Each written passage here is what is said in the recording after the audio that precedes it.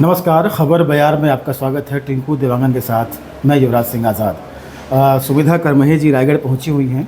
छत्तीसगढ़ की बेटी हैं और देश की बेटी हैं, तो बड़ा अच्छा लगता है आपके बारे में 2007 से जब आपको देख रहे हैं आपको। और आप क्या कुछ कहना चाहेंगे? सबसे पहले आपका रिएक्शन कि ये जो सफ़र है आपका, इसके बारे में छत्तीसगढ़ और छत्तीसगढ़ से पूरे देश में। सफ़र मैं हमेशा बोलती हूँ कि अच्छा था और अभी भी अच्छा ही है और चलता रहेगा। होपफुली लास्ट डे तक कि ऐसे ही मैं गाते रहूँ। और बहुत ज़्यादा ऐसे स्ट्रगल्स नहीं आए मेरी लाइफ में, मैं ऐसा बोलूँगी। जैसे बहुत सारे लोगों की आप स्ट्रगल स्टोरी शायद सुनते होंगे, क्योंकि आई बीन ब्लेस्ड। फैमिली ऐसी है और मेरी सिस्टर्स ऐसी हैं कि सब कुछ बहुत इजी हो गया मेरे लिए लाइफ में। तो अभी भी मुझे ये लगता है कि मैं जितना डिज़र्व करती हूँ उससे ज़्यादा ही मिलता है मुझे।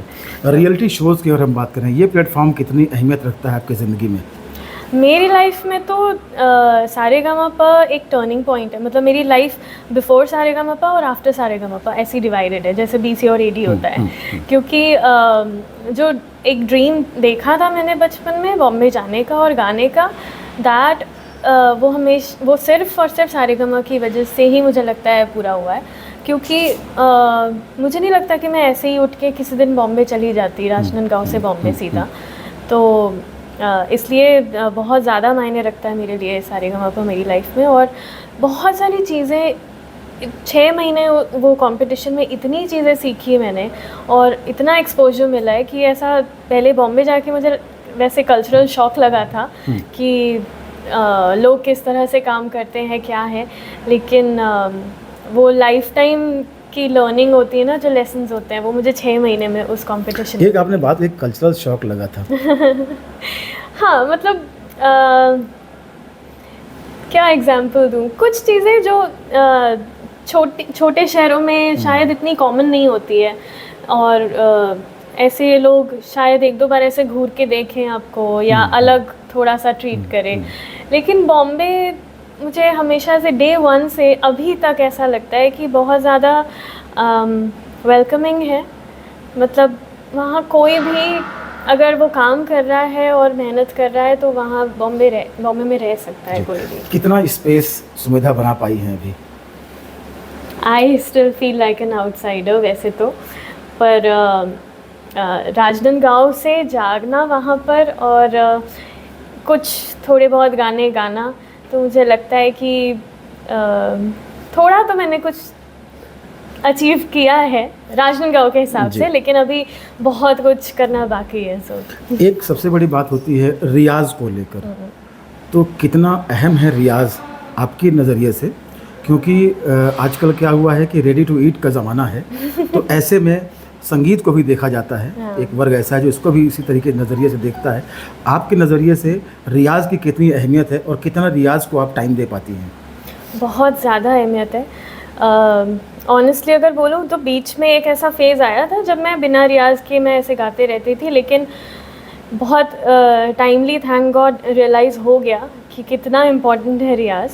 और मैं रोज़ सुबह तो मॉर्निंग का जो रियाज़ होता है वो मैं करती ही हूँ विदाउट फेल। इनफैक्ट जब मीडिया वाले जब आए भी थे होटल में, तो मैंने बोला था कि मैं अभी जस्ट बैठी हूँ रियाज़ करने के लिए, तो अभी नहीं उठ पाऊँगी। तो वो एक चीज़ है, वो सिर्फ एक लगता है मुझे वो डिसिप्लिन बहुत काम आती है लाइफ में। और उसके बाद तो आप मतलब सिर्फ एक जगह बैठ के रियाज़ करना इज़ नॉट अ रियाज़।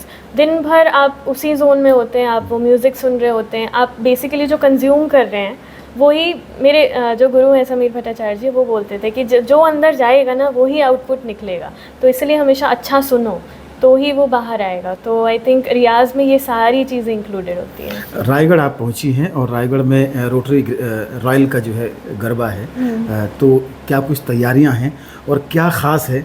किस तरीके से कनेक्टिविटी आप लोग की रोटरी रॉयल से बनी है, इसके बारे में बताएंगे। पहले भी मैं एक दो बार आई हूँ रायगढ़, लेकिन ये पहला पब्लिक इवेंट है यहाँ पर।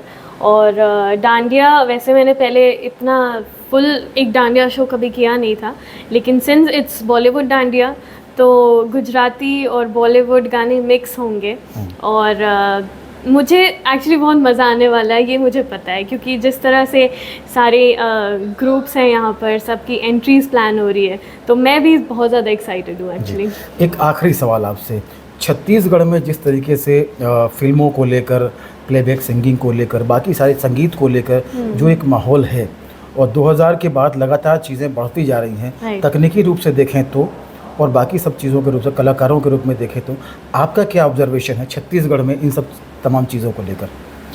सो एक चीज़ तो ये है कि छत्तीसगढ़ से काफ़ी सारे लोग बॉम्बे में भी हैं, और चाहे वो सिंगिंग में हो या आर्ट डायरेक्शन में हो, बहुत सारे लोग यहाँ से ऑलरेडी वहाँ पर हैं बॉम्बे में, और काफ़ी कुछ सीख के वापस यहाँ पर भी आ रहे हैं और वो चीज़ें यहाँ पर अप्लाई कर रहे हैं।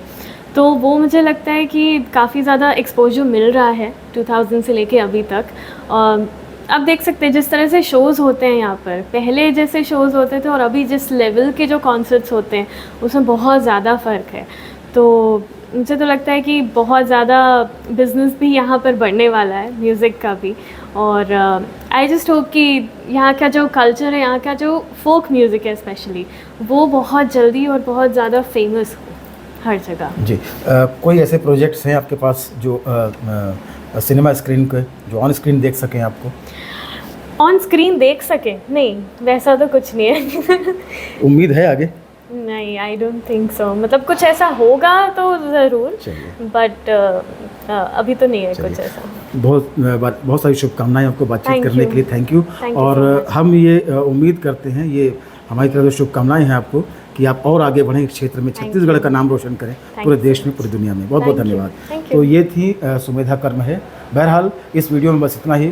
खबर बयार के हमारे यूट्यूब चैनल को अधिक से अधिक सब्सक्राइब करें, हमारे कंटेंट लाइक करें, शेयर करें और हमें सहयोग करें। नमस्कार।